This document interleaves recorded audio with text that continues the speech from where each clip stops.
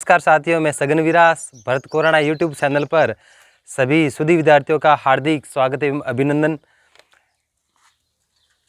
भौतिक भूगोल के अंतर्गत हम पढ़ रहे हैं भू आकृति विज्ञान यानी कि जियोमॉर्फोलॉजी, और ये प्रथम श्रेणी जो लेक्चरर भर्ती परीक्षा है उसके लिए ये कारगर साबित होने वाली है ये कक्षा।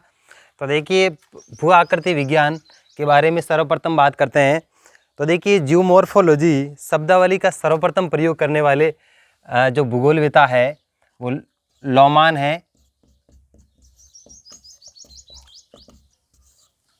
तो जियोमॉर्फोलॉजी शब्दावली का सर्वप्रथम प्रयोग करने वाले जो भूगोलवेता फ्रांसीसी भूगोलवेता लॉमान है, जिन्होंने 1858 के अंतर्गत जियोमॉर्फोलॉजी शब्द का सर्वप्रथम प्रयोग किया। अब देखिए, भू आकृति जो विज्ञान है, जियोमॉर्फोलॉजी है, इनके जनक हैं, इनके जो पिता है जनक हैं वो अल्बर्ट पेंक को माना जाता है। यानी कि जो अल्बर्ट पेंक महोदय हैं, अल्बर्ट पेंक महोदय ये जियोमॉर्फोलॉजी के जनक माने जाते हैं। तो देखिए, सर्वप्रथम इस जियोमॉर्फोलॉजी शब्दावली का प्रयोग करने वाले जो भूगोलवेता है फ्रांसीसी भूगोलवेता लॉमान है, जिन्होंने 1858 में सर्वप्रथम इस शब्दावली का प्रयोग किया। और इनके जनक के बारे में बात करें तो अल्बर्ट पेंक महोदय हैं, जो जियोमॉर्फोलॉजी या भू आकृति विज्ञान के पिता कहे जाते हैं। अब देखिए, पृथ्वी की जो ऊपरी जो परत है, ऊपरी जो पटल है, उस पटल पर 3 प्रकार के रिलीफ यानी कि उच्छावच पाए जाते हैं। तो जो हमारी पृथ्वी है उस पर 3 प्रकार के उच्छावच पाए जाते हैं, रिलीफ पाए जाते हैं। अब देखिए वो कौन कौन से हैं। जैसे देखिए, जो हमारा जो भूतल है, जो पृथ्वी है, उससे कुछ उठा हुआ जो भूभाग होता है, जैसे पर्वत है, पहाड़ है, जैसे महासागर है, महाद्वीप हैं, और पृथ्वी से जो कुछ धसा हुआ भाग है वो भी क्या है, वो भी उच्छावच की श्रेणी में आएगा। जैसे देखिए, नदियों के बहने से जैसे यू आकार की घाटियाँ है, जैसे भ्रंश हैं। तो देखिए, इन सभी आकृतियों के बारे में हम विस्तृत आगे भी अध्ययन करेंगे, लेकिन ये देखिए उच्छावच की श्रेणी में आते हैं। अब देखिए, जो हमारी पृथ्वी है उस पर 3 प्रकार के उच्छावच पाए जाते हैं। तो देखिए, जो पहला जो उच्छावच की श्रेणी में जो 3 भागों में बांटा गया है, पहला है प्रथम श्रेणी के उच्छावच, और दूसरे नंबर पर द्वितीय श्रेणी के उच्छावच है, और तीसरा जो इनका प्रकार है वो है तृतीय श्रेणी के उच्छावच। अब देखिए, हम बात करते हैं प्रथम श्रेणी के उच्छावच क्या होते हैं, जिसको हम कह सकते हैं फर्स्ट ऑर्डर रिलीफ। तो देखिए, फर्स्ट ऑर्डर रिलीफ के अंतर्गत कौन कौन सी भू आकृतियाँ आएगी या कौन कौन से ज्योग्राफिकल व्यू आएंगे, उनके बारे में बात करते हैं। तो देखिए, सबसे पहले प्रथम श्रेणी उच्छावच के अंतर्गत हम महाद्वीप और महासागर। तो देखिए, हमेशा विशेष आप ध्यान रखोगे, यहाँ से प्रश्न बन सकता है। नेट जीआरएफ की और लेक्चरर की जो सुधी विद्यार्थी तैयारी कर रहे हैं उनके लिए इम्पोर्टेंट है ये। देखिए, महाद्वीप व महासागर, तो ऐसा प्रश्न पूछा जा सकता है, महाद्वीप व महासागर जो उच्छावच है वो कौन सी श्रेणी के अंतर्गत सम्मिलित किए जा सकते हैं। तो देखिए, प्रथम श्रेणी, आप कौन सा बताओगे, प्रथम श्रेणी उच्छावच के अंतर्गत महाद्वीप व महासागरों को सम्मिलित कर सकते हैं या किया जाता है। तो देखिए, प्रथम श्रेणी उच्छावच का नाम आए वहाँ पर आपको कॉन्टिनेंट्स एंड ओशियंस, इन दोनों बातों को आप याद रखोगे। यानी कि महाद्वीप और महासागर है वो प्रथम श्रेणी उच्छावच के अंतर्गत सम्मिलित किया जाते हैं। अब देखिए, हमने पहले भी बात की थी कि 4.5 अरब वर्ष पूर्व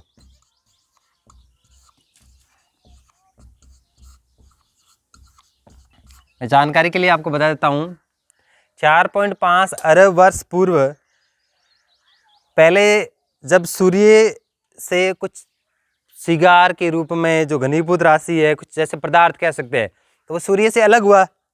तो सूर्य से वो पृथक हो गया, अलग हो गया, और पदार्थ के रूप में फिर धीरे धीरे वो सूर्य से घनीभूत अलग हुआ, और धीरे धीरे काफ़ी समय के बाद में वो क्या हो गया, धीरे धीरे ठंडा होने लगा। तो ठंडा होने से हमारी पृथ्वी भी उसी से बनी है, उसी से निर्मित है। तो हमारी पृथ्वी और अन्य ग्रह तो देखिए 4.5 अरब वर्ष पूर्व सूर्य से कुछ शिगार है, सूर्य से कुछ पदार्थ है, वो उनसे अलग हुआ, पृथक हुआ, और उससे हमारी पृथ्वी गोल गोल वो घूमने से हमारी पृथ्वी और अन्य ग्रह, पृथ्वी और अन्य जो ग्रह हैं उनका निर्माण हुआ, उनकी उत्पत्ति। तो देखिए जैसे हमने ब्रह्मांड, बिग बैंग थ्योरी के अंतर्गत ब्रह्मांड की उत्पत्ति के सिद्धांत में हमने पढ़ा था कि सूर्य से, वैसे कई विद्वानों ने, कई भूगोलवेताओं ने, कई खगोल विद्वानों ने अपनी अलग अलग संकल्पना प्रस्तुत की है, लेकिन उनमें से जो इनका निचोड़ है कि जो किसी ने कहा कि भी दो तारे आए और आपस में टकराए और उससे घनीभूत शिगार कुछ पदार्थ हुआ, फिर गोल गोल घूमने लगा। और कई विद्वानों ने ऐसे बताया कि सूर्य से ही क्या हुआ, एक पदार्थ अलग हुआ और उनसे क्या हुआ, उनसे गोलाकार, गोलीय आकृति में वो पदार्थ घूमने से फिर क्या हुआ, उसमें विभिन्न प्रकार के जो ग्रह है वो बने। तो जैसे हमारी पृथ्वी भी क्या है, ग्रह है। तो पृथ्वी और जो अन्य ग्रह है, पृथ्वी के अलावा 7 ग्रह और है, तो उन सभी ग्रहों की जो उत्पत्ति है वो सूर्य से जो अलग शिगार उत्पन्न हुआ उनसे मानी जाती है। तो हमारी पृथ्वी और अन्य ग्रहों की उत्पत्ति उनसे हुई, वो लगभग 4.5 अरब वर्ष पूर्व इनकी उत्पत्ति हुई, और वो भी शिगार धीरे धीरे ठंडा होने से उनकी उत्पत्ति मानी जाती है। तो ये देखिए प्रथम श्रेणी उच्छावच के अंतर्गत महाद्वीप, महासागर, और देखिए जो ये जैसे बात करें पृथ्वी और अन्य ग्रह, इनको सम्मिलित किया जाता है। ठीक है, जानकारी के लिए मैंने ये बता दिया। आप द्वितीय श्रेणी उच्छावच, सेकेंड ऑर्डर रिलीफ के बारे में बात करेंगे। तो सेकेंड ऑर्डर रिलीफ के अंतर्गत किनको शामिल किया जाता है, तो ध्यान रखोगे आप, जो प्रथम श्रेणी के उच्छावच पर अंतर्जात बल, जो प्रथम श्रेणी फर्स्ट ऑर्डर रिलीफ के अंतर्गत प्रथम श्रेणी जो उच्छावच है, जो रिलीफ है, उन पर क्या है, उन पर देखो इंडोजेनेटिक बल, इंडोजेनेटिक फोर्स लगने से, मैं इसको अंतर्जात बल लिख रहा हूं, अंतर्जात बल यानी कि इंडोजेनेटिक बल, इंडोजेनेटिक फोर्स।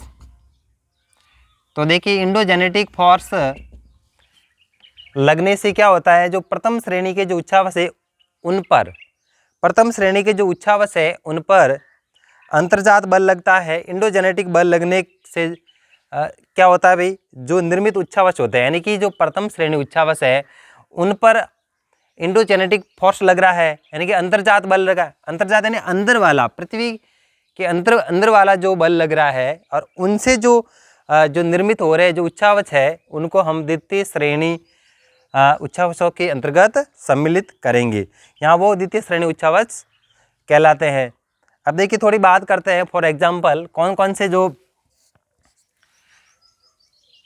इसके अंतर्गत जैसे उच्छावच के अंदर शामिल होंगे। तो देखिए उदाहरण के लिए मैं आपको बताना चाहूँगा,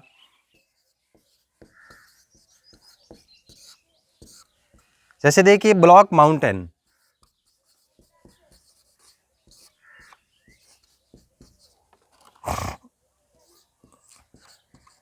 तो देखिए जो ब्लॉक माउंटेन है, जो पर्वत है, ब्लॉक माउंटेन, जो भ्रंशोत पर्वत है, जो भ्रंश उत्पन्न हुआ उससे जो पर्वत की जो उत्पत्ति हुई, तो वो आप कौन सी श्रेणी उच्छावच के अंतर्गत शामिल करोगे, तो सेकेंड ऑर्डर रिलीफ, यानी कि आप द्वितीय श्रेणी उच्छावच के अंतर्गत ब्लॉक माउंटेन को शामिल करोगे। और देखिए जितनी भी जो भ्रंश घाटियाँ है, जैसे देखिए रिफ्ट वैली,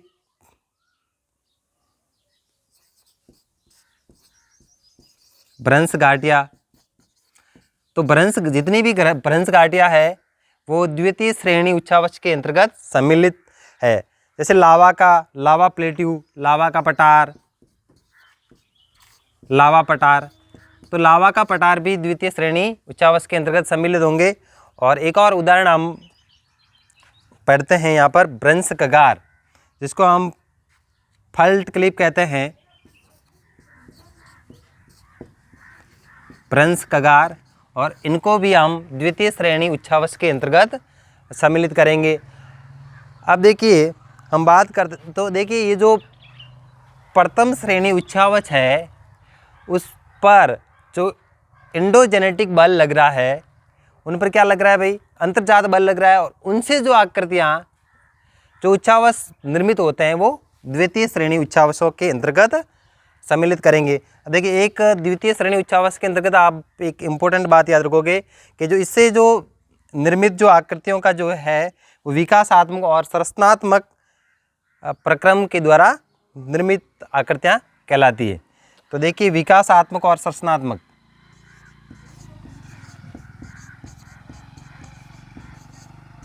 विकासात्मक और संरचनात्मक,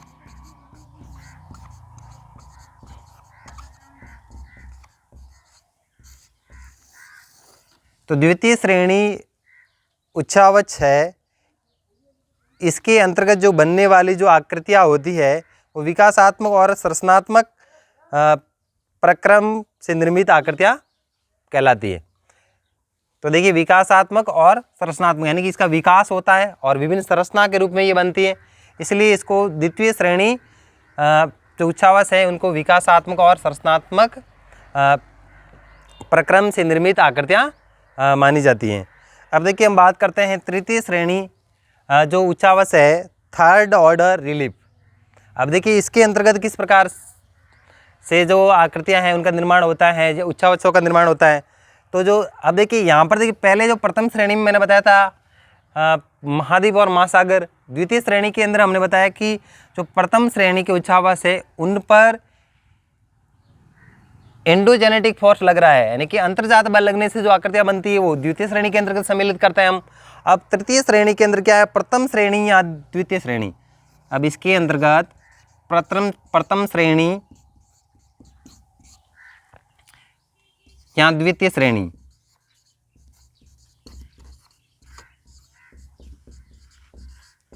तो प्रथम श्रेणी एवं द्वितीय श्रेणी के जो उच्चावच होता है उन पर, अब वहां पर तो देखिए अंतर्जात बल लग रहा है, बल लग रहा था।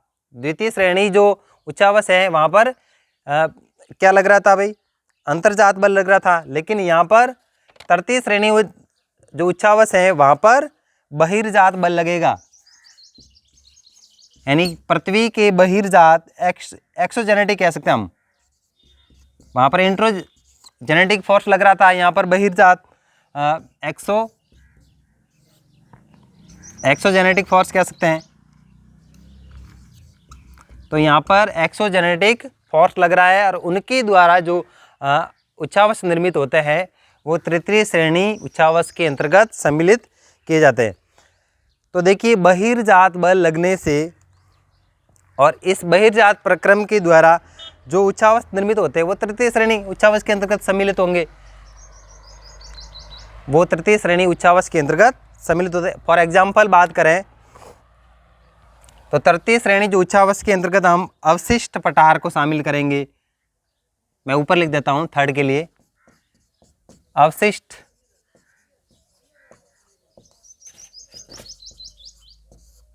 पठार। अब देखिए, अवशिष्ट पठार अगर इस आकृति का निर्माण हो रहा है तो ये एक्सट्रोजेनेटिक से हो रहा है, नहीं कि इंट्रोजेनेटिक से हो रहा है। इस बात को आप ध्यान रखोगे।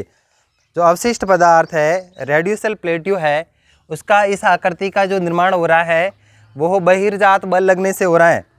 जैसे बाढ़ का मैदान, अब बाढ़ का मैदान है तो पृथ्वी की जो आंतरिक बल से तो नहीं हो रहा है ना बाढ़ का मैदान। अब बाढ़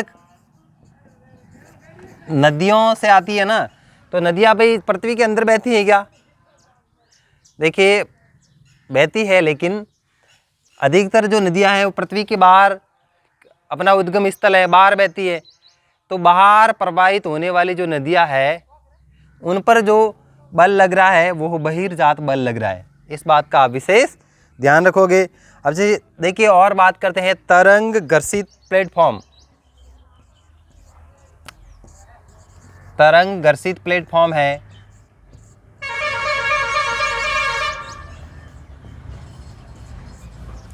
तो देखिए तरंगों से यानी वेव कट, जैसे लहरें, जैसे महासागरों के किनारों पर लहरें क्या करती है, वेव कट प्लेटफॉर्म होता है, वहाँ से वो कट मारती है लहरें। तो तो लहरों का तरंग घर्षित जो प्लेटफॉर्म होता है वो भी बहिर्जात बल के द्वारा ही उसका निर्माण होता है। यानी कि पृथ्वी के बाहर का बल लग रहा है। अब जैसे समुद्र से महासागरों से जैसे लहरें आती है, जैसे ज्वार भाटा आता है और सीधी वो हिलोर लेकर के सीधी किनारे पे आती है और किनारे पे आकर क्या कर दिए, तो उसका फोर्स होगा, फोर्स से क्या होगी, तरंग उत्पन्न होगी, तो वहाँ घर्षित होगी, घिसेगी, जो वहाँ का जो किनारा है उस पर वहाँ पर कई प्रकार की आकृतियाँ होगी। तो ये पृथ्वी के बहिर्जात बल के द्वारा निर्मित आकृतियाँ होती है, तरंग घर्षित प्लेटफॉर्म। तो ये जो बहिर्जात बल से यानी एक्सोजेनेटिक फोर्स से जो विभिन्न प्रकार की आकृतियाँ निर्मित होती हैं वो तृतीय श्रेणी उच्छ्वास के अंतर्गत सम्मिलित की जाती है। अब देखिए तरंग निक्षेपित मैदान, तरंग निक्षेपित मैदान, निक्षेपित मैदान। अब देखिए निक्षेपित का अर्थ क्या होता है, निक्षेप का अर्थ क्या होता है, निक्षेप का अर्थ होता है जमाव। तो जैसे देखिए जैसे नदियाँ अपने साथ में विभिन्न प्रकार का मलबा लेके आती हैं और ले जा करके जैसे कहीं सागरों महासागरों के किनारे क्या करते हैं, उसका निक्षेपण करती है, जमाव होता है। तो जमने से विभिन्न प्रकार की आकृतियाँ बनती हैं। जैसे तरंगों के द्वारा लहरों के साथ में पानी के साथ में कोई मलबा आया और वहाँ करके जमा हो गया, इकट्ठा हो गया, जमाव हो गया, निक्षेप हो गया, तो उससे जो मैदान बना तो वो तरंग निक्षेपित मैदान कहलाएगा। अब देखिए तरंगों पर फोर्स लग रहा है, वो बाह्य फोर्स लग रहा है, बहिर्जात बल लग रहा है, एक्सोजेनेटिक लग रहा है, तो इसलिए जो तरंग निक्षेपित मैदान होगा वो भी तृतीय श्रेणी उच्छ्वास के अंतर्गत सम्मिलित किया जाएगा।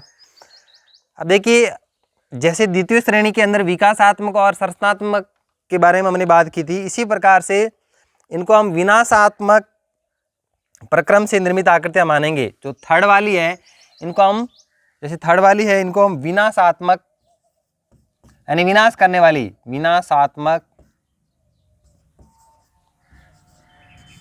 विनाशात्मक प्रक्रम से निर्मित, विनाशात्मक प्रक्रम से निर्मित आकृतियां मानी जाएगी। यानी कि तृतीय श्रेणी उच्छ्वास के अंतर्गत देखिए जैसे एक्सोजेनेटिक बल लग रहा है तो विनाश ही हो रहा है। जैसे कहीं पर जैसे ये कुछ कगार है किनारे पे, तो वहाँ पर तरंग की फोर्स से आकर के टकराव हो रहा है तो वो टूटेगी, छिन्न-भिन्न हो जाएगी, तो इससे क्या होगा, यहाँ विनाश ही तो हो रहा है ना। तो तृतीय श्रेणी उच्छ्वास के अंतर्गत जो आकृतियाँ बनेगी वो विनाशात्मक आकृतियाँ कहलाएगी, उसका विनाश होगा। अब कोई निर्मित जैसे सृजन भी होगा, जैसे ये निक्षेप हो रहा है तो क्या हुआ, पहले वहाँ पर कुछ था ही नहीं मलबा, तो जमा हो गया, निक्षेप हो गया, तो यहाँ पर विनाशात्मक के साथ में सृजनात्मक प्रक्रम भी हम कह सकते हैं। ठीक है, तो देखिए हमने पहले बात की जो भू आकृति विज्ञान है, जो इनके पिता है वो अल्बर्ट प्लैंक है, लेकिन जो विलियम मॉरिस डेविस, मैं इसकी भी चर्चा कर लेता हूँ, विलियम मॉरिस डेविस, तो इनका भी भू आकृति विज्ञान के अंतर्गत विशेष योगदान रहा है। और जो विलियम मॉरिस डेविस महोदय है, इनको अमेरिकी भूगोल के पिता व संस्थापक, या आप नोट कर लेना, अमेरिकी भूगोल के पिता या संस्थापक,